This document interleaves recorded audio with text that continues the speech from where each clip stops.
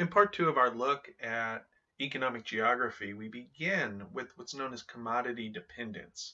And this is our other theory on primary product export dominance. At the end of the last part, we examined staple theory, and we saw how this theory suggested that investing in these primary products is a step towards growing your economy, towards diversification through some of those backward linkages. And we use that example of the whaling industry in New Bedford, Massachusetts, that helped grow a much more diverse and prosperous economy. Our second view by Innes says that commodity dependence is not a good thing, and that this is problematic when a country or an economy invests too much in a single item, like fish or oil or bananas or salt, that they risk price volatility, that a natural resource alone cannot stabilize an economy. And we could look at a modern day example of Venezuela and looking at how when oil prices crashed over the last couple of years, how the Venezuelan economy went in the tank because there was too much reliance on a single natural resource. Price volatility is one issue, and then slow price increases is another. Because in our primary sector, we're not adding value that's found in our secondary sector, which is coming up. So prices increase slowly because we are simply commodifying a natural resource. We are not processing it. We are not making it into a finished good. So if we rely too much on this, if we just have a limited economic diversification, then we are not setting ourselves up for protection during price volatility, during periods of slow price expansion. An example of this would be many of the plantations found in the Caribbean. We had different types of plantations. We had salt exporting that were found in a lot of the Caribbean islands. And most of these Caribbean islands were colonies. And the colonists cared little about economic diversification and long-term growth. So the Caribbean islands were left to suffer through different price shocks, demand shocks, little price increase, revenue shortfalls. So Innes looked at primary product dominance as commodity dependence, and he said this is problematic. It's not something that is good for an economy. Where McIntosh, on the other hand, with his staple theory, said that primary product exports are a way to open up and diversify your economy. So you could argue this either way. We have examples for both. I mentioned with commodity dependence, we have Venezuela. On the other hand, we have Saudi Arabia, which has used its oil and natural gas reserves to diversify its economy. So Saudi Arabia built those forward and backward linkages, whereas Venezuela really just stuck with the oil extraction and export, did not diversify, did not take advantage of creating new linkages when the value of oil was higher. Our secondary sector is also known as our manufacturing sector. And this is important. This is where value added is found. Manufacturing value added, MVA, or value added, is created in this sector. The process of turning raw materials into finished goods is known as form utility. In manufacturing, we create tangible goods. So we often think about manufacturing as steel mills, car factories, breweries, right? Where we gather raw materials and we create a finished good. In the United States, our secondary sector over the last 50 years or so has undergone some significant changes. Characteristics in the United States include a declining workforce. So there are fewer people working in manufacturing today than at any point over the last 100 years when we look at a percentage of our workforce. We also see increasing production and revenue. So while the workforce is declining, we are seeing greater output in terms of physical production and also revenue, value added. So a little bit of an oxymoron here where our workforce is declining, but our output is producing. And that's because we've adopted high-tech manufacturing. Manufacturing in the United States today is mostly high-skilled, high-tech manufacturing, different than what it was in the past when we had assembly line. We had heavy industry dominating this sector. And we're going to take a look at the shift in the secondary sector right now. Secondary sector was highlighted by what's known as Fordism. From the early 1900s through around 1970, Fordism dominated our secondary sector. You are probably familiar with the assembly line approach. This was a scientific approach to manufacturing, a scientific approach to management that was created around 1911. The division of labor was very important. Interchangeable parts was part of the entire process. Interchangeable parts included both the physical tools used to assemble, the actual inputs that were being assembled, and the workforce. Fordism is known for a great deal of standardization, product standardization, putting out the same vehicle, saying that the supplier is going to dictate demand. So we produce this and you could buy it. Different than we have today, but it was a very efficient process. It worked really well. Fordism is also known for vertical integration. Vertical integration is when a company owns two or more parts of production and distribution. In this case, Ford invested in steel production, automobile production, tires, distribution, dealerships. So Ford was involved in almost every aspect, from raw materials to manufacturing to distribution to selling. This approach, this Fordist approach, became very popular in the post-1970s era when multinational corporations began to adopt this assembly line approach to produce elsewhere.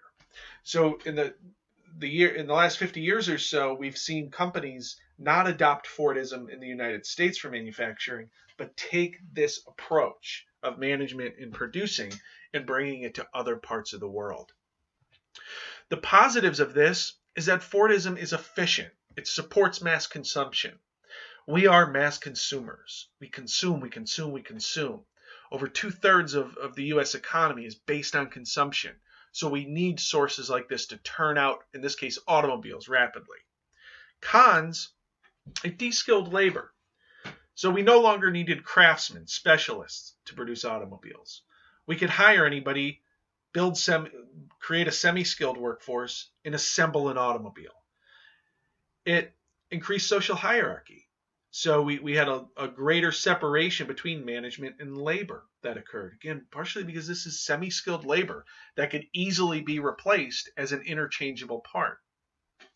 And also Fordism was rigid. While it turned out products, right? Product standardization was key. If there was an input shock, if there was oil to drive the machines in distribution, if there was an oil shock, that would be a big concern. If there was a steel shortage, that would be a big concern because it's going to interrupt the process. If there is a labor issue, that's going to be a big concern. So Fordism created this era, generations of production, a mode of production through this standardization, this vertical integration. It de-skilled a labor force. So the entire assembly line of interchangeable parts expanded from actual components to labor. And it allowed globalization, the globalization of industry to occur, because multinational corporations were able to take this assembly line approach and send it elsewhere. So some of the reactions and changes of Fordism include outsourcing. So again, we no longer had to produce in the United States. We had this efficient assembly line process that we could adopt in other industries and send it to where labor was cheaper. Also flexible production. So what we saw is a counter to the product standardization were certain companies like Toyota started to do flexible production, just-in-time delivery, where flexible production reflects consumer demand, not producer supply. So while Fordism promoted producer supply, this is what we produce, this is what's available. Flexible production says, let's scan our consumers, see what they demand, and then turn that out quickly. So a much different approach to car manufacturing was adopted. But again, some of the bigger concerns that extend well beyond Ford and the auto industry is this outsourcing and globalization of industry. This Fordist approach was easily adopted elsewhere once our telecommunication and shipping enabled us to shrink space and be more connected with areas thousands of miles away. When we look at the shift in our secondary sector, we recognize that about 50 years ago, we went through a global shift. This was known as deindustrialization, where heavy industry in the United States began to close and move offshore, overseas. Cities like Baltimore, Pittsburgh, Cincinnati, Cleveland, St. Louis, Milwaukee, all experienced shocks during this global shift as their local economic base was collapsing. Deindustrialization was led by the pursuit of low wages in the developing world. Again, we're able to apply this Fordist approach to any type of production that requires a semi-skilled workforce. And what these manufacturers were saying is, why pay somebody in the United States $15 an hour or more over 40 years ago when we could pay somebody overseas a couple dollars a day? And it was cheaper to produce overseas and ship to the United States than it was to build here. So the United States, during this global shift, shifted to tertiary employment, the service sector. As I mentioned before, manufacturing is now high-skilled, high-tech, high-value added. Much different than what we saw in the past. So if we look at our old way of manufacturing, our old secondary sector versus our new, we could use these two examples. Detroit as our old example. Mass production, right? De-skilled, giant factories. Today, Silicon Valley, segmented, highly skilled, highly trained individuals. We are producing in large and small factories. So production today can take place in very small laboratories. It's not like it was 40, 50, 60, 70 years ago. So this global shift reflects a major change in the economy in the United States and other developed countries. We recognize the way people work. We recognize revenue streams. We recognize a shift that is not only economic, but also cultural. Here's a picture of Baltimore's Inner Harbor, and you can recognize the image on the left as reflecting the old economy. All of these factories and shipyards and warehouses located on the waterfront, work boats going through, in and out of the harbor. On the right, you see how this place has been recreated. You see the shipyard at the bottom of the image on the left being replaced by a marina for yachts. You see the transformation of these piers from warehousing, working, production, to an aquarium, to attractions that people visit from out of town, tourist spaces. You see the smokestack no longer generates electricity for a local rail line. Today, it houses offices, retail, and restaurants. So we recognize this dramatic change.